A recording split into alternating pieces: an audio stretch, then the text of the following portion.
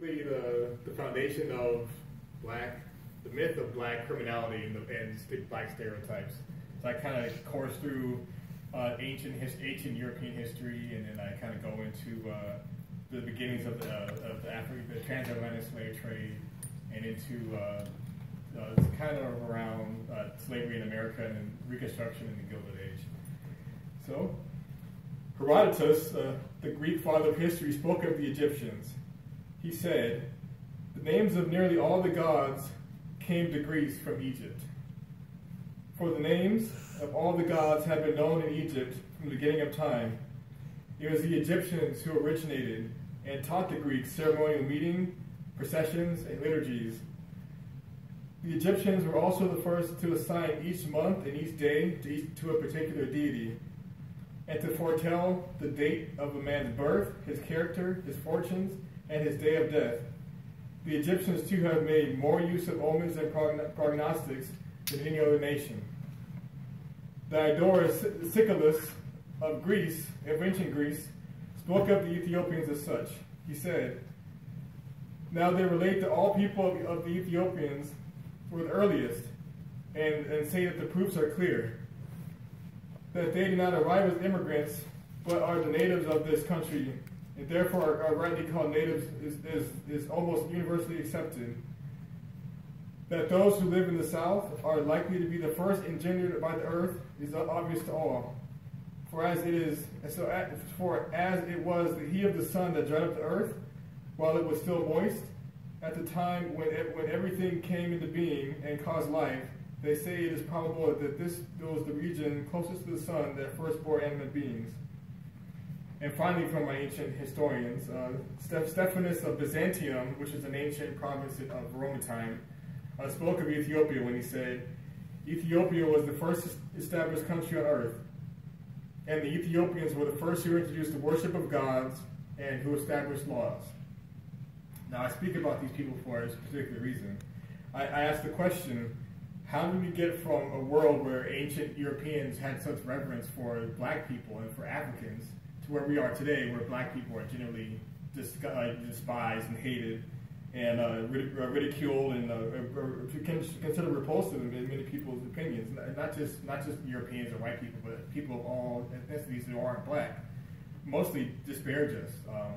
So how did we get to this point where we are seen as such a negative force in this country and really in the world? It is a long and arduous journey from then to today, and this speech would take far too long to trace the entire history of the transformation of black stereotypes. But I will give you a brief overview of how the modern day negative outlook on black people develops and the development of the myth of the black criminal. Those myths of the black criminal still exist in the same form today as they did over 100 years ago, as they said in the documentary. Understanding their origins is an important step in promoting the fact that black criminality was and still is largely a manufactured fabrication. So the beginning of the relationship between black people and Europeans, of the modern day relationship between black people and Europeans, started with the Reconquista of España, otherwise known as the deliverance of Spain from the hands of the Moors. Spain and other European countries were in the midst of a revolution of nautical technology at the time of the Reconquista. And after the last Moorish military installation had been conquered in Spain, there was still the threat of the Moorish reinvasion coming from northern Africa. So what the Spanish did was they traveled along the West African coast with this new nautical technology to find allies south of the Moors who could battle against them from the south to stop them from invading Spain from the north.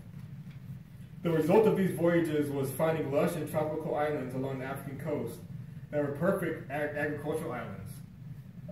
So Europeans discovered the use of traditional sugar from the Middle East during the Crusades. What they did, the Knights went to the Middle East. Arab populations out there had cultivated sugar, so they brought the technology and the plant back to Europe with them. And sugar became a mainstay in European cuisine, and it was very expensive and very lucrative for people who could cultivate the plant. These islands that they found were perfectly suitable for the profitable enterprise of sugar cultivation. The Portuguese settled there and began to grow sugar, but the problem is they needed labor because sugar cultivation was very grueling work. and they needed a forced labor force to continue the cultivation of sugar. So the traditional source of slaves had dried up in Europe after the Ottomans had conquered Constantinople. This is because European slaves had actually originally come from the Slavic lands of Eastern Europe. That's where the name slave comes from. Slaves comes from Slavic. So when the Europeans were conquered, when Byzantium was conquered and Constantinople fell, Europeans had to seek other means for their slave populations. So the Spanish and Portuguese in particular needed slaves for their plantations, the sugar plantations. So at first they turned to captured Muslims that they had captured during the Reconquista. And then after those resources dried up, they turned to captured Africans who were captured by Muslim raiders in northern Africa. This was the birth of what would eventually become the transatlantic slave trade, because the Africans they had brought in from northern Africa were very effective. So the Spanish and Portuguese sailed across the Atlantic and found the New World, in addition to establishing political foothold along the West African coast. It was the perfection of this was the perfection of historical circumstance. The Portuguese and Spanish began negotiating with Africans for their slaves in exchange for luxury goods and items. Europeans negotiated as equals with African royalty, as they did not have the military prowess to conquer the African nations themselves. So the African slave trade started the modern-day stereotype of blacks. Catholic popes had to justify the slave trade as it was only legal to own a slave if he or she was captured in a just war. Unfortunately for most Europeans, the wars in Africa were not considered just wars because they were not fought for in the eyes of Christian nations in a just way. So these popes, a continuation of popes, had to come up with different ideas of how to justify in the eyes of God that they're enslaving these black men and women. So it was agreed upon that just war captives applied to people who were guilty of cannibalism, sodomy, incest, or simply living naked like beasts in ignorance of civilized standards of life. They put these labels on Africans in an effort to secure a holy blessing to conduct their sins. Spiritually, Europeans needed to degrade the humanity of Africans to justify enslaving them. In addition to these traits, they called them lustful, shiftless, and hedonistic subhumans whose rightful place was in service of white Christendom. That was how the foundation of the international slave trade laid the groundwork for black stereotypes, some of which that still hold true to this day. Now, coming to America, British mass enslavement of blacks in America did not start from the very beginning. At first, blacks in America were held as indentured servants, along with white compatriots. However, the need for a controlled and stable labor force demanded that colonists start to distinguish between white and black servants. Thus, the American slave trade was born. White servants were too unreliable, according to the colonists. They were too lazy, too demanding to be an economical labor source. Also, white servants could more easily run away and blend into different communities, whereas blacks did not have such recourse. Just like with the Catholics, Protestants had to justify their use of slaves to provide a moral and legal justification for their actions. They argued that blacks were not capable of civilized behavior. They also argued that blacks were not of a status as refined and dignified as whites, although many of the captured black slaves had come from royalty or wealthy tribal backgrounds in Africa. They called black women lustful because of their wide hips and large breasts. They called black men overly sexual and animalistic because they felt the heat of the night would make them more lustful, and because they have their large penis sizes. What is so clear to us now is that white colonists called black women lustful to justify their sexual aggressiveness towards them. In addition, they called black men animalistic because they were intimidated by black men's sexual prowess. The colonists so cherished their freedom because they were so efficient at stripping it away from others, they deemed them worthy of it. American freedom was basically born through African enslavement. So in the midst of slavery, for America to sustain African slavery, the entire community had to condone it and adhere to it. Using justifications already mentioned, white Americans could morally pacify their sins. The community truly did rise to support slavery. In 1690, South Carolina established the first slave patrols in British North America.